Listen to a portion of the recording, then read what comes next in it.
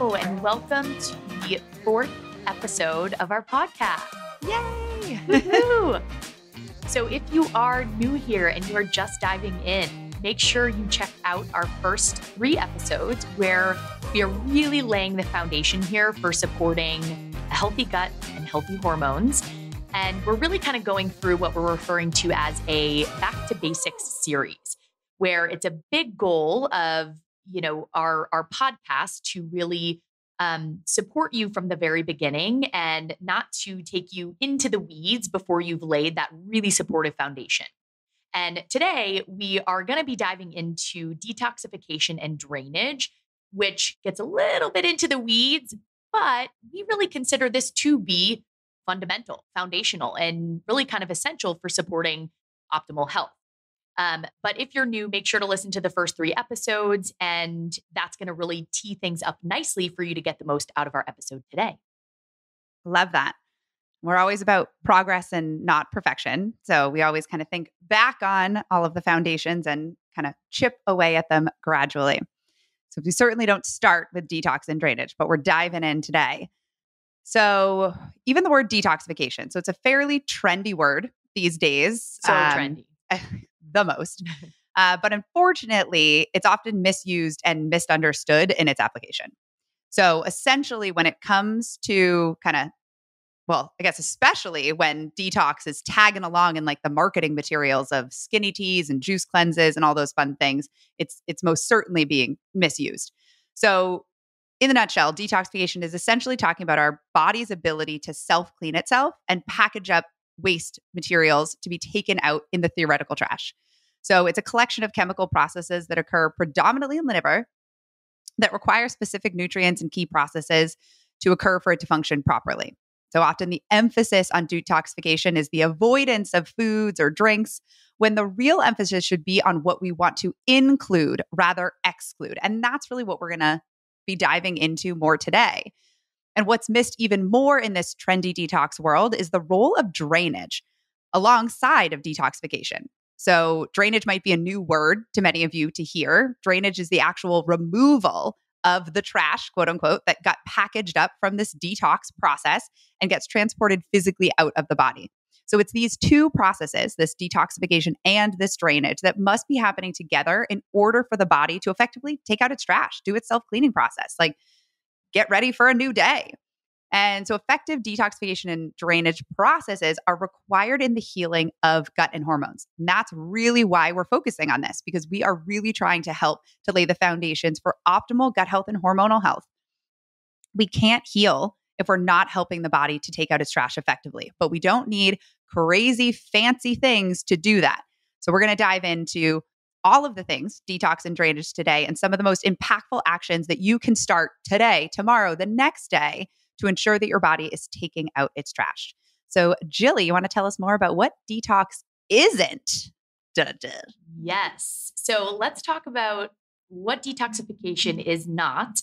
And then I'll build a little bit upon what Abby mentioned in terms of what detoxification actually is here. So there is, unfortunately, to Abby's point, just a lot of, confusing misinformation out there, a lot of misconceptions out there about what detoxification is. And diet culture specifically, so this multi-billion-dollar industry that, sells us lots of products and plans and all sorts of things, has really made it so when people hear the word detox or detoxification, they often automatically think about juice cleanses, skinny teas, and basically eating nothing or starving themselves. It's really common for us to hear women say things after, a weekend away or, a holiday or a time period where maybe they're, indulging in more fun foods to say, oh, I need a detox, I need a cleanse. And they're really referring to deprivation or punishment, which is not what detoxification is at all. And this kind of thought process around detoxification that diet culture has created has really now led to a huge backlash against diet culture, in places like social media, where you'll actually see people saying things like, if you have kidneys and a liver, you're detoxifying. if you have organs, you're good. You're detoxifying. You don't need to do anything else. So because of diet culture, the pendulum has now swung so far in the other direction to combat this messaging. And the message now is implying that if you have these organs, you don't need to think about detoxification. You don't need to do anything to support these processes. And unfortunately, this messaging is also just really inaccurate and harmful. And honestly, it just majorly oversimplifies the concept of detoxification. It also dismisses the fact that many people do, in fact, need support here. And this extreme messaging might actually be preventing people from getting the support that they do need to effectively heal their gut and hormone symptoms.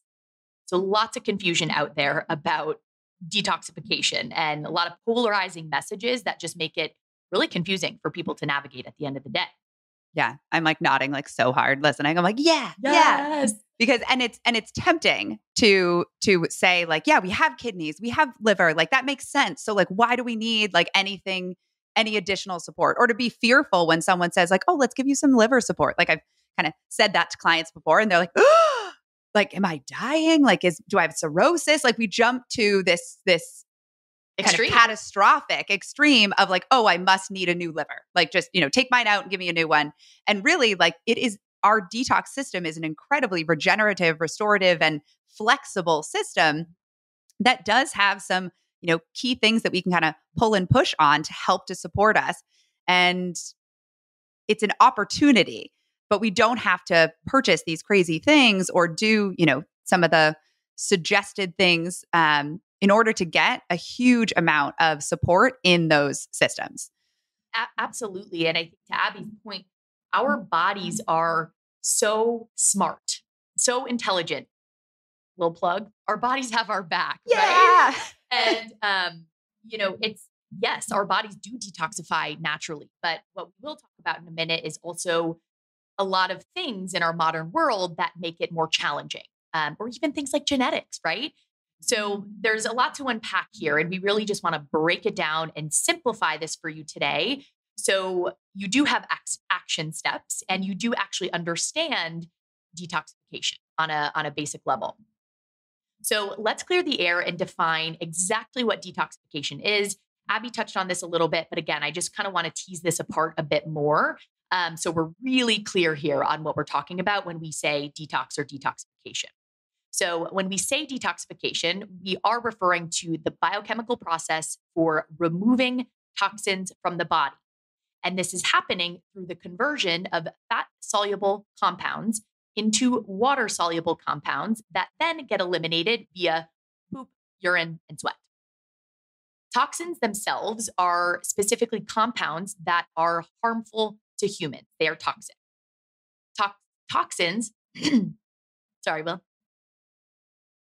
Toxins are literally everywhere in our world and come from things like pollution in the air that we breathe, pesticides, chemicals in personal care products. Alcohol's a toxin. The body also has to break down and eliminate things like medications, which can, in certain cases, be, important and essential for an individual. But our liver, our body has to break these things down. And also the hormones that we actually produce internally, like estrogen. These things have to be broken down and eliminated from the body effectively, or they can pose a risk or contribute to harm in the body.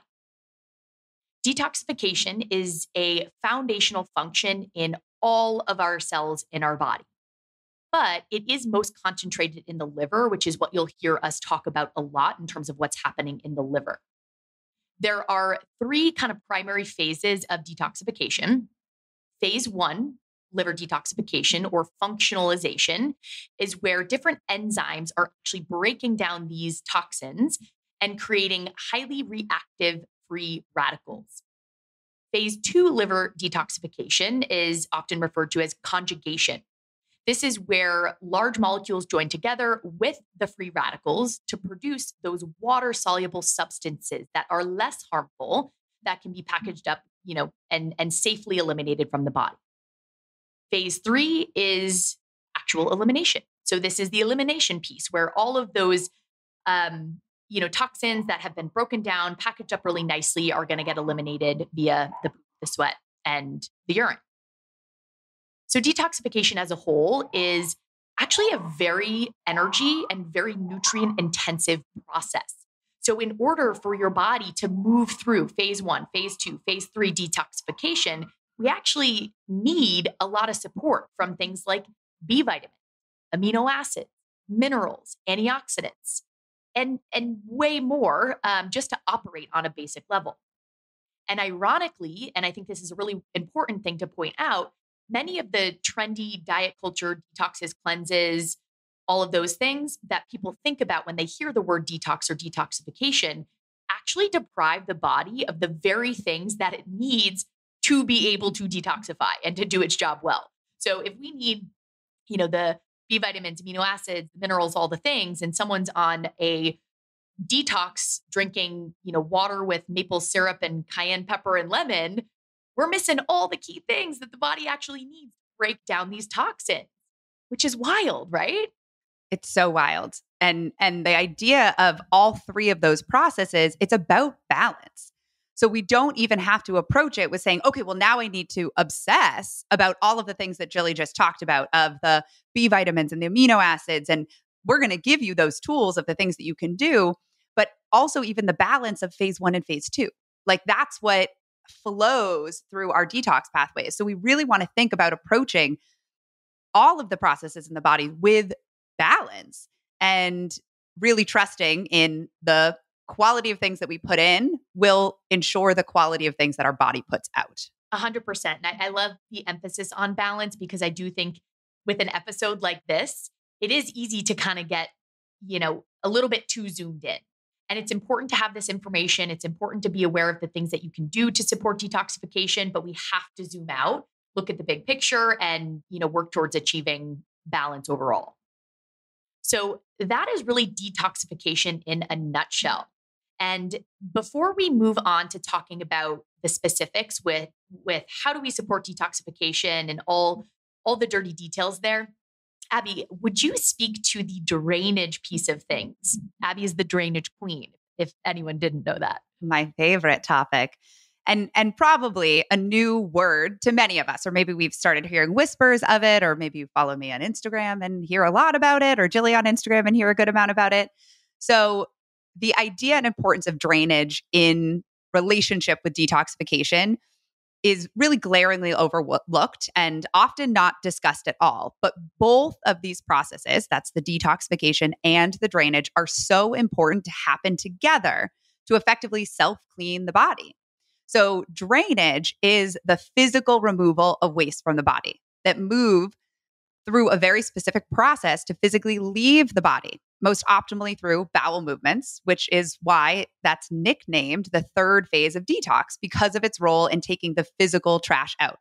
But also, as Jilly was talking about, urine, sweat from the skin, and even breathing are actually other forms of waste removal from the body. I never really thought about maybe your breath being a form of detox. Pretty cool, right? CO2 leaves the body. So the specific flow of our most dominant drainage pathways move waste from the cells and tissues into the lymphatic system. Shout out to the lymph, which love the lymph, which shuttles waste to the liver, then leaves the liver predominantly via the bile into the gut or small intestines and out into the stool, then out of the body. So we call this the dominant drainage pathways as we want most of our trash to move out of the gut versus the urine, sweat, or breath. Those are pathways that we utilize, but we want to shuttle most through the stool. Hence the importance of bowel movements. So our urine, sweat, and breath, those are the secondary waste removal pathways that we don't want to overly rely on, as those can actually cause some of the symptoms that we might experience if we have congestion in our detox and drainage pathways. So I'd like to imagine this drainage pathway as a bathtub that we're bathing in. The bath water is our lymphatic system that collects waste from the cells and tissues, carries it to the drain, which is our liver bile system, and finally flows into the sewer system underneath the bathtub, which is our gut or colon. So we want to keep our drainage pathways flowing to avoid any clogs in our theoretical bathtub. But there are some critical areas of congestion that can occur along this pathway. The most frequent often are congestion in our liver bile pathway and the colon. And I say congestion because we aren't talking about a full stop, no pass go. We're more talking about a clog, a slowdown of the drain. that effectively can back up a system and cause some overflow, especially if there's a lot of waste moving through. And this overflow could lead to our bathtub spilling out of the tub and flooding our secondary drainage pathways, drainage systems, the kidneys, the skin, the lungs, which can cause the exacerbation of symptoms like skin conditions. We're talking acne, rosacea, hives. We can experience more frequent urination or urgency when the kidneys are being more required to carry some heavier lifting, maybe even worsening of asthma, brain fog. These symptom lists could continue to go on. So the most frequent areas that need support are kind of keeping bile flowing in that liver bile pathway from and the gallbladder certainly, and ensuring regular bowel movements. That's really what Jillian and I have been talking about for this whole time. We're really going to build some specific steps and strategies around those today. So this is really an area that Jillian and I focus on so much in our work with clients around the liver and the gut to ensure that both this detoxification process and this drainage pathways are balanced and flowing. We want that flow. That's kind of a key word. So this is also how we often see so much improvements in our clients' skin, in their energy, in their focus, in their sleep, as healthy detox and drainage systems play a major role in both of those. So that was a lot. Jilly, can you help to share a little bit more about the connections of the health of our detoxification and drainage systems in the relationship between gut and hormones? Yes. So right off the bat, I will say one of the greatest connections between hormones and the gut is the body's ability to take out its own trash. If the body can't break down and eliminate the endogenous compounds it's producing effectively, like estrogen, I always use estrogen as a reference because we do see a lot of clients in practice that can struggle with, detoxification, drainage, and end up having issues with things like estrogen. But a lot of different hormones in the body are broken down via detoxification and in the liver. But this alone, if we can't, sort of effectively break down and eliminate these things, can have a massive impact on hormone balance and hormone symptoms and digestive health, since these things are, so interconnected. With the estrogen example, if we are breaking down estrogen in the liver and, phase one is, happening, working really efficiently, but things are a little bit sluggish or slowed down with phase two, or phase two is not happening properly, we can essentially create this estrogen backlog in the body where we can end up with, this estrogen dominant like situation and all the estrogen symptoms, even if we're not overproducing estrogen. Hormone production, could be perfect and really well balanced. So in terms of the important connection between the gut and hormones, detoxification, really one of the greatest connections between hormones and gut health is the body's ability to take out its own trash, like we've been talking about. So toxins, again, are not just the toxic chemicals and pollution and things that we're referencing. It's also the hormones that we produce, the endogenous things that we're producing that are needed and healthy and beneficial, but also have to be broken down and eliminated through these same pathways. And I want to use estrogen as an example here. We break down a lot of hormones through the, biotransformation or these detoxification processes, but estrogen is a big one that Abby and I will see clients have some issues with in practice that can create a lot of symptoms. So estrogen is something that has to be broken down in the liver and is predominantly, going to be eliminated via stool, those estrogen metabolites or waste products. So if we are having issues with any phase of, estrogen breakdown in the liver, this can create some issues. But specific to the gut health and hormone connection, if we are constipated and, phase one, phase two estrogen metabolism is, working really well, it's a well-oiled machine, we're breaking down things properly, and then we're packaging things up really nicely. And, these estrogen waste products are, ready to be eliminated via stool, but we're constipated and we have motility issues and we have bacterial overgrowth that's interfering with, the elimination of these estrogens. We can actually end up recirculating these estrogen waste products and experiencing significant symptoms of high estrogen. even if we're producing normal, healthy, balanced amounts of estrogen. And we're breaking down estrogen beautifully in phase 1 and phase 2 in the liver. But if things are getting backed up, or with Abby's analogy, you could apply this as well in terms of the bathtub. If the drain is clogged, we're not eliminating properly, we're going to have this estrogen overflow. And this can wreak havoc, in terms of hormonal balance and create a lot of symptoms, specifically things like miserable periods, mood issues, skin issues, like Abby touched on. And sex hormones are also, very involved with the health of the gut itself. So it's like this, cyclical relationship where if we have too much estrogen or too little estrogen, this can impact the gut lining and all sorts of things. So making sure that detoxification processes are functioning well, the body is taking out that trash. This is a really fundamental way to support both digestive health and hormonal balance. And ultimately, a high toxic body burden, or the accumulation of toxins in the body, whether they're endogenous, so produced internally, or exogenous, so coming in from the environment, these things can lead to significant issues with, hormones and the gut. And we really just want to drive that home because, again, the detoxification piece is very overlooked. And you could take all the supplements, do all the things in the world, but these pathways are not, functioning well.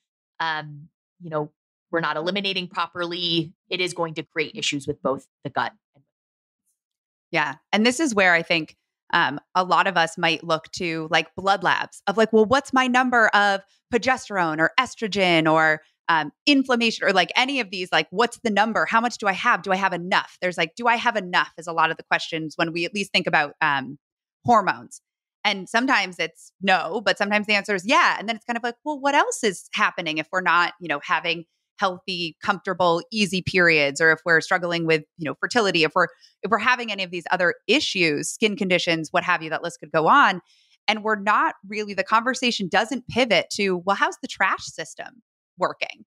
And, are we taking out the trash in that liver pathway and the gut pathway? And that's really what we're talking about in terms of the other. It's not just, and quite frankly, it's more empowering to say, hey, there's actually more areas that we can look at.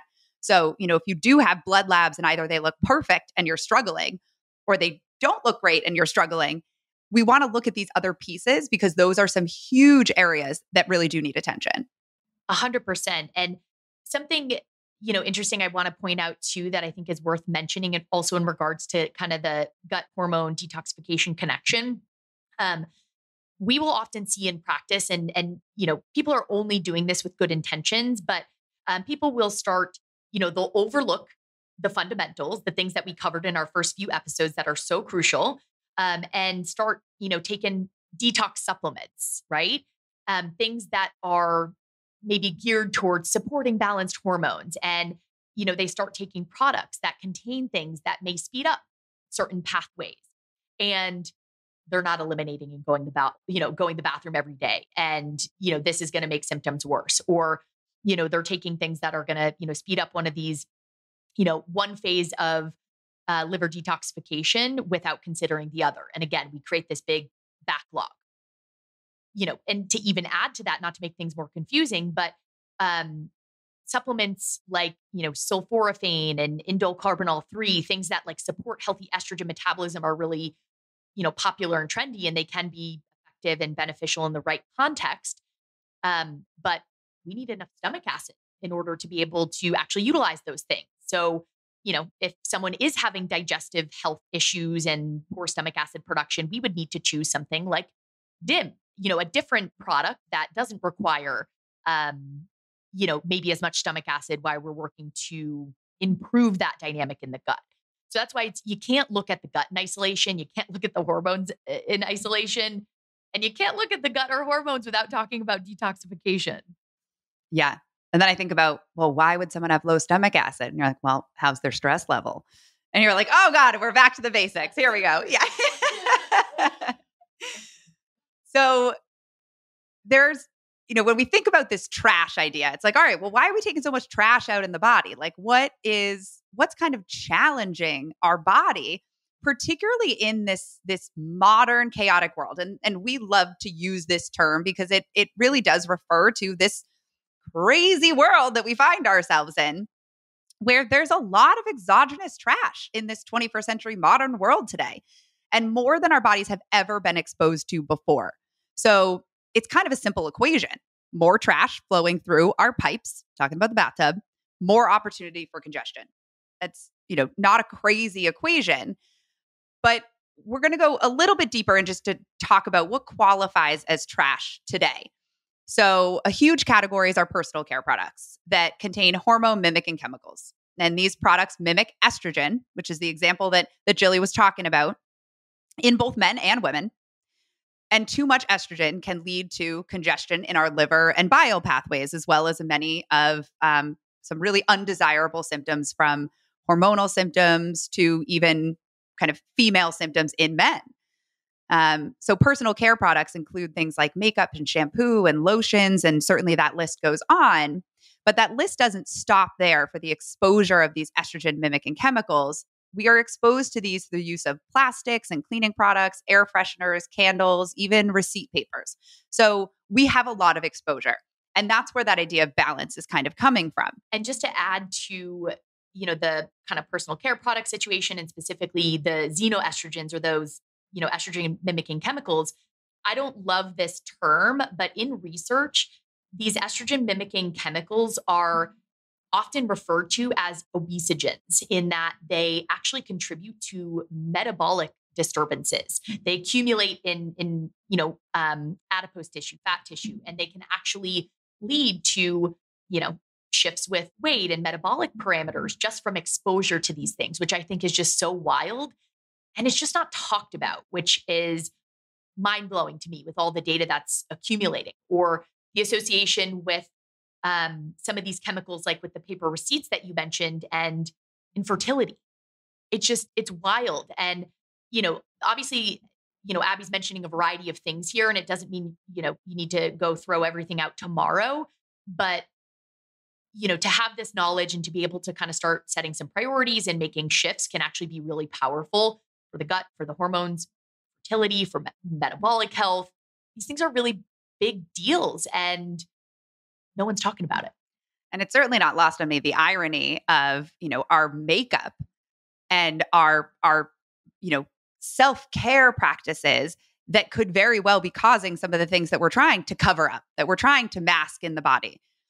And, that is the work of kind of our pharmaceutical companies and things that are putting these products that are toxic to us into our hands without any knowledge. And that's really what we're trying to create today. Not fear, but empowerment through knowledge. And we're going to really get to the actionable pieces, but we just want you to have this information to start. So in this kind of same vein for information, another category is our overuse of pesticides, specifically glyphosate, which is found in Roundup, and it's our most widely used pesticide. And glyphosate is abused in the United States and is leading to an overwhelming amount of ill health symptoms and frank diagnoses, from everything from cancer to Parkinson's, Alzheimer's, autism, for a multitude of reasons, including how it congests our detox and drainage pathways. And this is, not said with a light heart. Glyphosate kills our body's protective bacteria that aid in the effective functions of bile, leading to a breakdown in our body's ability to take out our own trash. And there's a myriad of other well-documented kind of ways that glyphosate very much impairs our own body's function and is very toxic to both our bodies and the whole host of the microbiome that we very much depend on for the optimal function in our bodies.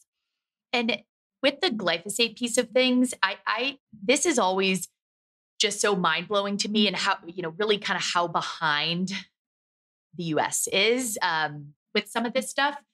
So in 2015, the World Health Organization's International Agency for Research on Cancer outwardly identified glyphosate. Again, that herbicide that Abby is talking about, that's like so pervasive in our food system, in our environment. It was identified as a carcinogen in 2015. It's now almost 2023, and we're still using it everywhere in our food supply. And it's just wild that we have this data, that we have big organizations kind of speaking out about this and classifying things like glyphosate as a carcinogen. But we're still using it. Not to mention, we've doubled down in some areas, like not to throw oat milk underneath the bus here, but we spray oats twice. We spray them to grow them, and then we spray them again to dry them faster so they can get to market faster and make somebody more money. It's so disturbing. It's so disturbing. It's deeply, deeply disturbing. And that's not to pick on oat milk. Like, yeah, I can get behind an oat milk latte. It's delicious. But is it delicious at the cost of our own health? And that's really the part that works us up. And I'm fully standing on my soapbox. I totally identify that right now, but it's not why we started a podcast. Yeah. So the laundry list continues. And we're talking about alcohol, caffeine, cigarettes and vapes, nutrient deficiencies, charred meats. I mean, come on, medications.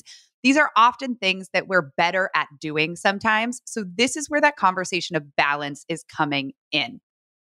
And to the point of Jillian's introduction of this phase 1, phase 2 process in the liver, all of these things, this alcohol, caffeine, cigarettes, all the things that we talked about, those increase phase 1.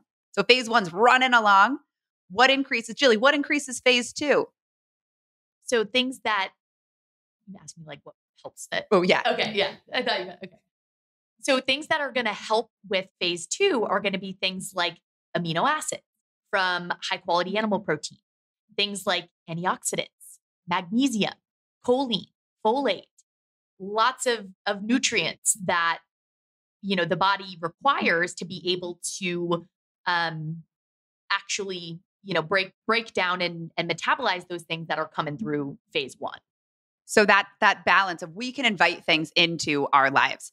So we really want to be shifting our focus towards what we can invite into our diet and our lifestyle to really love up on our detox and drainage organs. And that's what we're going to jump into right now. Woo! So this is the fun stuff. I think it's important to have this information. Abby and I do not want to fearmonger, but we also do not want to withhold important information from you and feel very strongly that you deserve to have the knowledge to make empowered decisions and to make changes that feel really good for you. And that might look totally different from what someone else is doing, and that's okay. We want you to have that information. And now we want to give you some specific action steps. And I'm going to highlight here a few kind of specific foods or categories of foods and things that are really, really powerful for supporting detoxification. But before I do that, of course, shout out to the fundamentals. We must be doing the basics first. Do not zoom in and start honing in on incorporating specific foods for supporting, phase 1 or phase 2 liver detox if you're not balancing blood sugar, if you're not eating enough food daily, if you're not balancing meals with carbs, protein, fat, fiber. So cruise through our first few episodes and then come back to this piece of things, and it's going to be way more valuable for you. So with that said, first kind of category of food that we can incorporate for supporting detoxification are bitter foods. So bitter foods are going to be things like radicchio. Is that how you say it? I say radicchio, but I pronounce everything wrong. So radicchio. I like that. We're safe here. We're in our trust tree.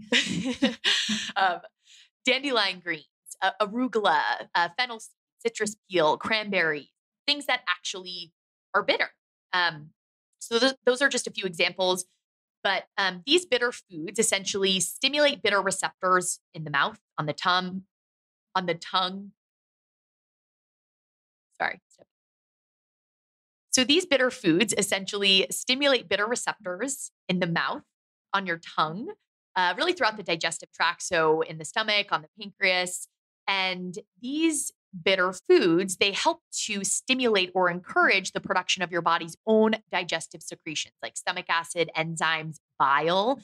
So bitter foods are really, really great for supporting, the gallbladder and bile flow, all of which are needed to support detoxification, drainage, and effective elimination. So bitter foods might not sound super tasty and yummy. So we want to give you a couple ideas for ways that you can incorporate these things. I'm a big fan of even just throwing a small amount of something like dandelion greens, radicchio, arugula, into a salad, a grain bowl. It doesn't have to be a tremendous amount, but putting enough in so you can actually taste the bitterness to stimulate those bitter receptors. Throwing, things like frozen cranberries into a smoothie bowl alongside, other things that maybe make the smoothie taste better and a little bit sweet, but so you can still get some of that bitterness again to stimulate the receptors. Chewing on a couple fennel seeds prior to meals can be a really easy and effective way to, stimulate bile flow and to activate those bitter receptors. Any other kind of thoughts on bitter foods or ways that people can incorporate those things? Yeah. I even love if we think about like a little vinegar in a salad dressing, there's like a bitter. I mean, we can think about like apple cider vinegar. Love that. We don't need to drink it nor take shots of it in order to get this benefit, but like a vinaigrette dressing or a little bit of, we're big fans of adding like some sauerkraut, some fermented veggies that have that bitter, like if you eat them and you can feel it when you eat a bitter food, it's like your mouth starts to water. You kind of get like, it's basically hollering down your digestive system, being like, get ready, everybody, like food is coming. And then you're going to have a more easeful experience of digestion and therefore detox and elimination and all of those things that happen kind of as a result. And so those like a little bit of sauerkraut, we only need like a tablespoon of a sauerkraut or fermented food to get the real kind of therapeutic benefit of it. Adding it to your, salad or whatever it is. I add it to my like avocado toasts and things. Oh yeah. I always think of that, like those cook or like chefs that talk about like like fat, acid, and salt. Yes. And like the acid component is when I insert bitter into that. So it's like really trying to aim to get a bitter food at most meals. I love that. And I love how you describe the sensation you actually experience, right? I'm like when watering as we talk. Yeah, me too. I'm like, oh, I can feel it. Yeah. I'm salivating, even though I'm not eating. But I love those tips. So the next category of foods that is super, super supportive of detoxification is our cruciferous vegetables, our crucifers. So cruciferous vegetables are rich in a lot of micronutrients, so vitamins, minerals, antioxidants, but they are particularly rich in compounds called glucosinolates. Abby, how would you say that word? I think you had it right. It's funny because I say these words to clients like in sessions all day long, but I'm not like broadcasting them to the public. And I'm like, well, maybe I should check on my I still mess them up in sessions all the time. But these cruciferous vegetables are really rich in glucosinolates. So glucosinolates are precursors for a super important phytochemical called sulforaphane. So glucosinolates are basically broken down or transformed into other compounds, sulforaphane, being one of them.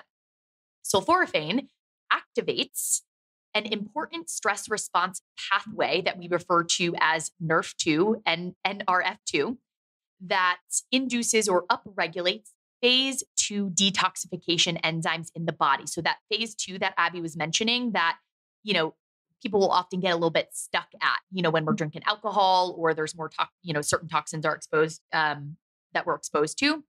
So sulforaphane specifically upregulates phase 2 detoxification and boosts our antioxidant defenses, detoxification, capacity.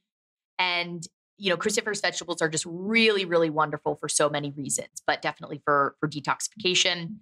And cruciferous vegetables are basically going to be things like your broccoli, cauliflower, bok choy, radish, your broccoli sprouts, which are a really potent, source of sulforaphane.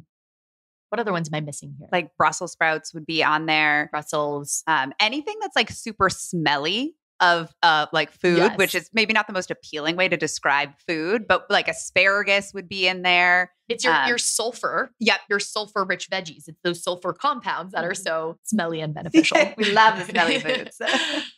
And in terms of some easy ways that we can incorporate these cruciferous vegetables.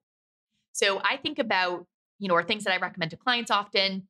If you're someone that enjoys smoothies, maybe you throw some, frozen riced cauliflower into a smoothie, or you saute some frozen riced cauliflower, which takes, a couple minutes, season it with salt, pepper, garlic powder, and then, mix it in with your, real grain, your quinoa, your wild rice, something like that, your millet, your teff. I love things like shredded Brussels sprouts, which are super easy to saute, or just throw in a handful of broccoli sprouts into a bowl or in a salad, just keeping it super low effort. Yeah. I even love some of the like microgreens that are in those that have more of that cruciferous, like they kind of are coming from the cruciferous families, or I mean, roasted vegetables. Like we can't go wrong with like a sheet pan of like roasted cauliflower, or that I'll just kind of like stand over and eat half of it before I actually even like sit down most of the time. Cause they can take some heat too. And is it the glucosinolates that I just said it fast, so I sounded right. That when you kind of dice broccoli and like leave it, that increases the So if you chop, broccoli or these cruciferous vegetables and you let them sit out, ideally for about 15 minutes, but even 5 minutes, it actually increases the formation of these beneficial compounds. And if you're feeling super wild and crazy, actually adding some mustard powder, which is not everyone's cup of tea, and that's okay. You can still get all these wonderful benefits without. But the mustard powder, adding it, say you chop your broccoli or cauliflower, you toss it with, some olive oil, herbs, spices, and some mustard powder and let it sit. You are going to enhance those beneficial compounds and the bioavailability of those. I love that. So next up, we have antioxidants. So antioxidants are primarily going to come from things like your bright, colorful fruits and veggies. Your herbs and spices are really rich in antioxidants. Certain teas like green tea, black tea, really rich in antioxidants. And these are super, super important and a key part of the detoxification process that I think actually gets overlooked quite a bit. So phase 1 detoxification, where the body is taking those, fat soluble compounds and starting to break them down in the liver, this actually generates a lot of volatile free radicals. So these compounds that are floating around that can actually cause damage or oxidative stress to our body, to our cells, as a byproduct of a necessary byproduct of phase 1 detoxification. So by incorporating more antioxidant rich foods and really boosting your body's antioxidant capacity, this will help to protect your cells, neutralize free radicals, and prevent some of that oxidative damage or stress that can occur if we are, kind of exposed to all these toxins. We're supporting, phase 1, but then we don't have enough of those antioxidants, right? So the antioxidant is that piece in detoxification. I love that. That's definitely not talked about in terms of detoxification. No, I feel like it definitely gets overlooked, but a really important one. And in terms of incorporating more antioxidant rich foods, I think the herbs and spices are a really powerful one. I think, with fruits and veggies and colorful fruits and veggies, that's a little bit more straightforward, but herbs and spices, very, very much overlooked. And essentially they are very, very potent in these antioxidant compounds that, can protect us and modulate inflammatory pathways. And I find that with herbs and spices, I mean, they're a great way to flavor food, in addition to the health benefits, but it's kind of like we need to build a habit around incorporating them almost. So, putting cinnamon on your, sweet potatoes or your yogurt or your oats, mixing turmeric and black pepper into a grain that you're cooking, seasoning, making salad dressing or, seasoning protein with, dried, oregano or thyme, rosemary, or even just chopping up, fresh herbs like cilantro, dill, parsley, and mixing that into, different dishes. Really, really powerful and doesn't take a ton of effort, which I love. Love that so much. And one of my favorite things to do, because I think one of the challenge with like fresh herbs is it's like, okay, I use a little bit of this like parsley or cilantro or whatnot in my dish. And then it's like you have this like giant bouquet left over. And it's like, well, what do I do? First of all, you store it in the fridge like you cut fresh flowers, and that'll keep it longer.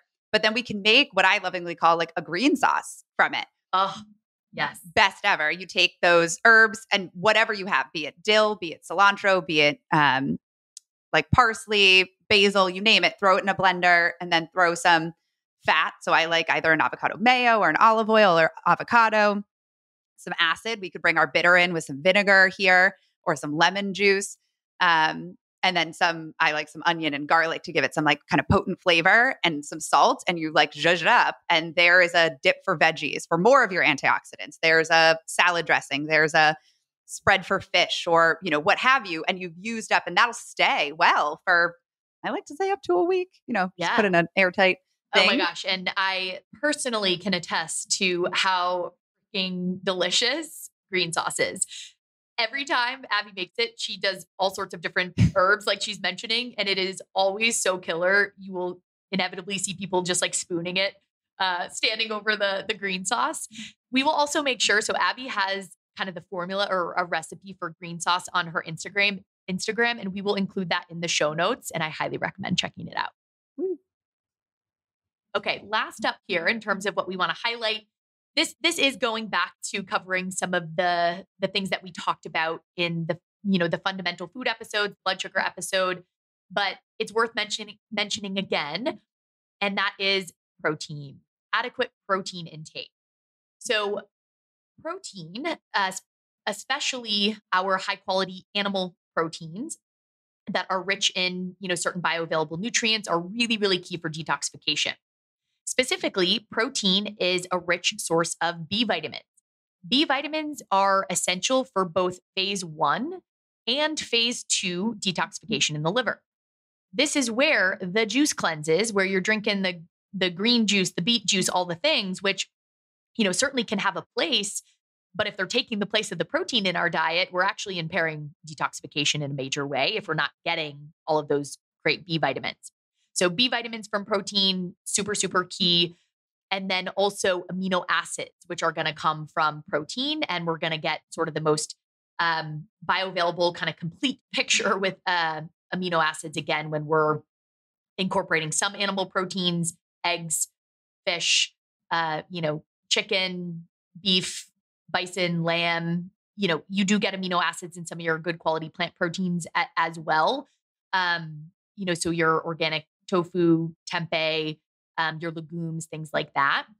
But amino acids are super, super important. And, they are also activating enzymes specifically in phase 2 that are needed for detoxification in the liver. So if we're not getting enough protein, we may actually be impairing our ability to take out the trash. That is probably the most overlooked conversation in detox across the board. Yeah, I completely agree. So protein is an important one. When it comes to protein, as always, we like to keep it low effort. We like to keep it, really tasty. We talk a bit more about kind of protein in some of the foundational episodes, but keep it easy. Batch prep, do things you're comfortable with, but make sure you're including a good, high quality, minimally processed, ideally well-sourced protein to the best of your ability at every meal. And now that we covered some of the food modalities for supporting detoxification, let's talk a little bit about lifestyle and some lifestyle strategies for supporting detoxification. If you want to take it from here, Abby. Sure. So our first, and we kind of came in hard with our conversation on kind of pesticides and glyphosate, and that's really choosing organic when possible. So do we have to be perfect? No. We know across the board, and this is a conversation Jillian and I were having before this, that eating fruits and vegetables, period, whether they're organic, whether they're conventional, those will be and are massively important for your health, for your detox. It is most important to eat fruits and vegetables. But if we can choose organic when possible, that's going to be our best defense against pesticides. That's really the best defense that we have at the moment, because it's really the only protection to say, minimal use of pesticides in this food during its preparation, during its growth process. So using resources like the Dirty Dozen and the Clean 15, which are from an organization called the Environmental Working Group, can be really helpful for kind of cost savings and even navigating choices of when do I have to buy organic? When can I buy conventional? Is there a difference? So they have a list called the Clean 15, which is a list of 15 plus fruits and vegetables that are least exposed to pesticides in the growth process. Those are things like avocado. So you don't have to buy the $7 avocado. You can buy the $3 avocado. Pineapples, onions. So those would be okay from a pesticide exposure standpoint to buy that are conventional or non-organic, where they have a list called the Dirty Dozen, which are 12 plus fruits and vegetables that have the highest exposure during their growth process to pesticides. So those are things like apples and berries and grapes and kale. And those would be the most impactful from a health perspective, as well as a kind of dollar spend to choose organic. And if you didn't notice, what Abby's also describing is, fruits and veggies where you're often eating the skin or you're not eating the skin. And part of what the environmental working group measures is that pesticide residue after like washing and peeling or whatever it is. So consuming the fruit or veggie in the way that someone normally would. So I think with some of these foods, not always, but with some of them, that protective layer that you're peeling off and not eating is adding some additional protection versus, in comparison to a berry or an apple where, it's kind of just soaking up and absorbing everything that it's exposed to. And then that's what we're consuming. Delicate little guys. So our next lifestyle to really support detoxification and drainage, this is a big drainage support, is sweating. So what way do you like to sweat? Sauna, workout, walk, dance, however you sweat, it works. Sweat is a part of our drainage pathway. We can sweat out some pretty gnarly stuff. It's really fascinating. Things like mold toxins, even heavy metals. Like we've seen these things can come out in sweat. The skin's amazing. And this can help to alleviate the burdens on our kind of detox and drainage pathways inside because we're getting them out of the body through our secondary systems, but we're helping that process through sweating. So I got to give a shout out to my favorite form of sweating, which is sauna, which is just a tool in sweating. Certainly you don't have to sauna in order to have, optimal detoxification or drainage, but it's really a favorite tool of mine. And I find it so fascinating, the amazing research on the positive impacts of regular sauna sessions. So for instance, using a sauna just 2 times per week for 20 minutes reduces the risk of Alzheimer's, heart attack, and all-cause mortality. That means dying of any possible cause by 20%. And if you increase the number of sessions per week to 4 times per week for 20 minutes, it positively reduces the rate of those very same risks by 50 to 60%. So it's really pretty amazing. And you just get to sit there. Just lovely. Wonderful. Yeah, my inner sloth is very happy about that. So we got to talk about toxins in our environment. We threw a bunch at you with personal care products and all of these other kind of pieces. So embracing the low tox lifestyle, really by starting with the products in your bathroom or your cleaning cabinet, is a great place to start. And how Jillian mentioned too, don't, the desire, maybe the overwhelm feeling of, oh my God, I have to throw everything out that I own and start from scratch. That's really not where we have to start. But we do encourage you to do a little audit. And we have some really great resources to help us in kind of auditing our personal care products. There are some great resources actually in that very same resource of the environmental working group called Skin Deep. And then there's another one called Think Dirty, both of which kind of work the same.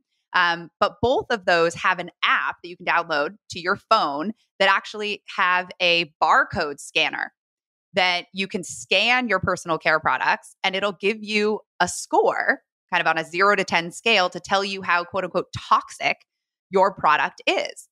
So this is really where you're going to empower yourself with knowledge to make the necessary changes, or what I like to talk to clients about is prioritizing. Maybe there's a product that you absolutely love and you scan it and it comes back with like a 7, which 10 is the most toxic. So 7, you're like, oh goodness, I'm creeping up there. Or you're like, I full on know that this is something that I'm like putting on my body that is, very toxic, but it's something that you love and you don't want to give it up. So then what you can do is kind of say, all right, I'm going to put this in the quote unquote toxic category. And then let me look at all my other products and make sure that those are in the low tox category so I can create this balance. And it allows us to kind of have more knowledge so that we're informed about the choices that we're actually choosing versus we're being in the dark about some things that we actually have a lot of ability to make change around.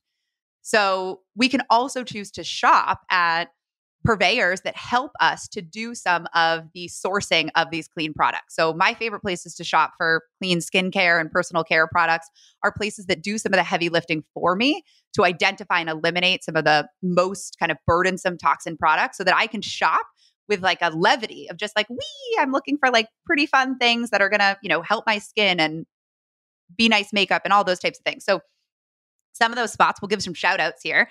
Credo, it's my all-time favorite. Filane, which is started in Boston, so whoop to the local. Whole Foods actually does a really wonderful job. Thrive Market, which is an online retailer. Certainly we can shop for both personal care products and cleaning products in some of these destinations too. So that list can definitely go on, but those are some great resources to start at. I love all of those resources, and Thrive Market in particular, I think is a great place to, and Whole Foods, I think, for things that are a little bit more affordable too. And I think sometimes it's nice to test things out before you kind of, make an investment in, all these changes. But I want to highlight what Abby's really saying here, which is minimizing your exposure. We are never going to eliminate our exposure. And in fact, a lot of data has found that we don't necessarily need to completely eliminate. Again, it's not possible, but getting ourselves to a lower threshold with exposure and supporting the body with a lot of these fundamentals and the detoxification is where we're going to see the significant change. If we are becoming overly rigid and stressed about trying to eliminate everything, we're probably going to impair detoxification with all of the stress and cortisol. So we have to put it into perspective.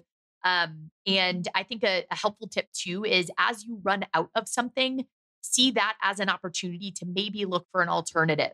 And we're not kind of throwing everything, out the window, and creating a lot of stress. The one other thing that I want to add here in terms of exposures that I like to kind of start off with clients is, well, in general, I like to go for the low hanging. So shift the things that are going to be pretty easy swaps and focus on the things that are going to give you the most bang for your buck.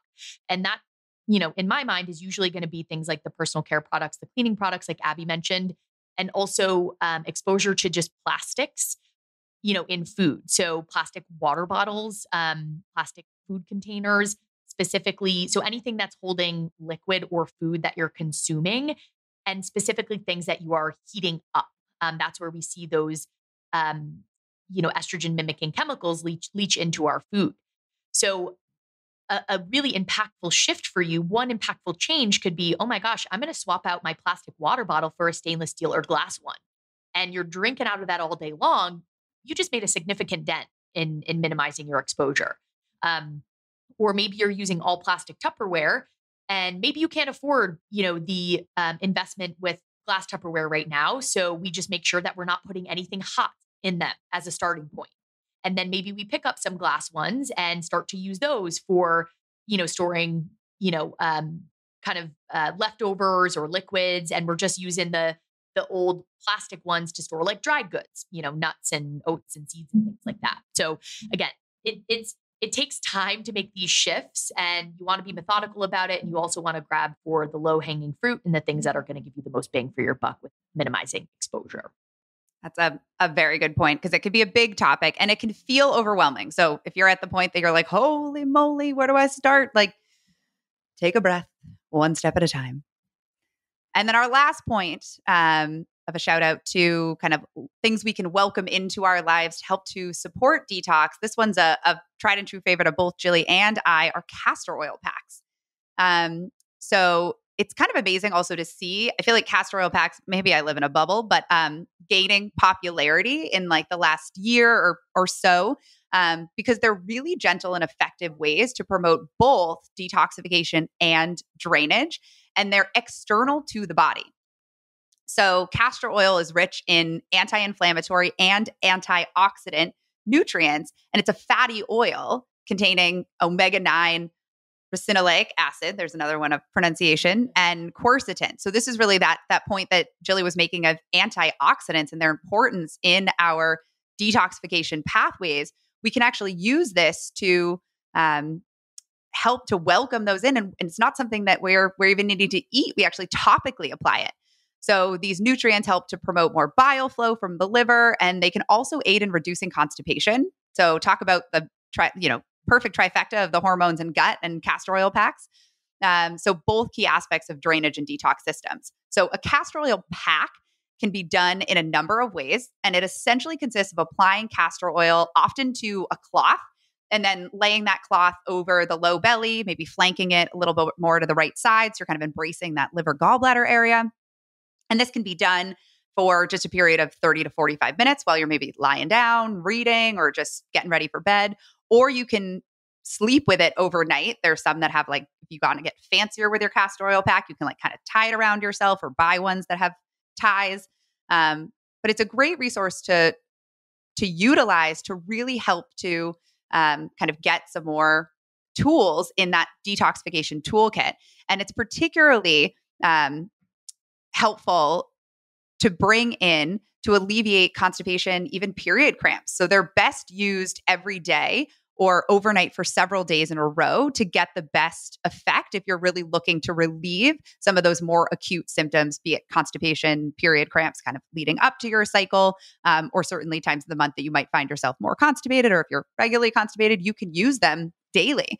A great resource for this to learn more about what castor oil packs are, how to use them, and even has kind of full kits that you can purchase is a company called Queen of Thrones. They're kind of the end all be all of castor oil packs. And we will include all of these links in our show notes. So, the Queen of Thrones, a number of the brands that Abby mentioned, Special Green Sauce. So we'll make sure that you guys have links to all of these resources, Dirty Dozen, Clean 15, kind of compiled in one place in the show notes for easy reference. But Queen of Thrones castor oil packs, definitely a favorite of mine as well, and to use with clients.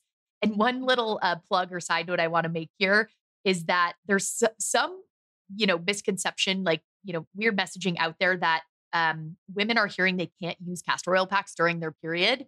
You can use castor oil packs during your period. They can actually be very helpful and recommended. They're not going to make you bleed more or hemorrhage out. They may increase, kind of the flow of things or the sloughing off of the uterine lining that would already be happening. And, to Abby's point, using them consecutively, you get the gut benefits, the hormone benefits, and they're just kind of a killer way to support a variety of things. Love it. So that is a wrap up on detoxification and drainage. I know we covered so much today. This may be an episode that you star and, kind of come back to and re-listen to as you kind of navigate supporting detoxification and, kind of making small incremental supportive changes over time. Remember, you need to come at this from where you are at. And that might mean, starting from square one and just making a really small shift. Maybe you're a little farther along and you're going to dive deeper into some of these recommendations, but really start from where you're at today and take it slow. And I think we can all agree in terms of debunking of detox myths that skinny teas and juice cleanses standalone are not doing diddly squat for our detox and our drainage pathways. We don't have to throw out juice. I'm a big fan of juice. Rep the juice. But we need more for detoxification and drainage than just juice alone. Not agree more. And we will leave you with that.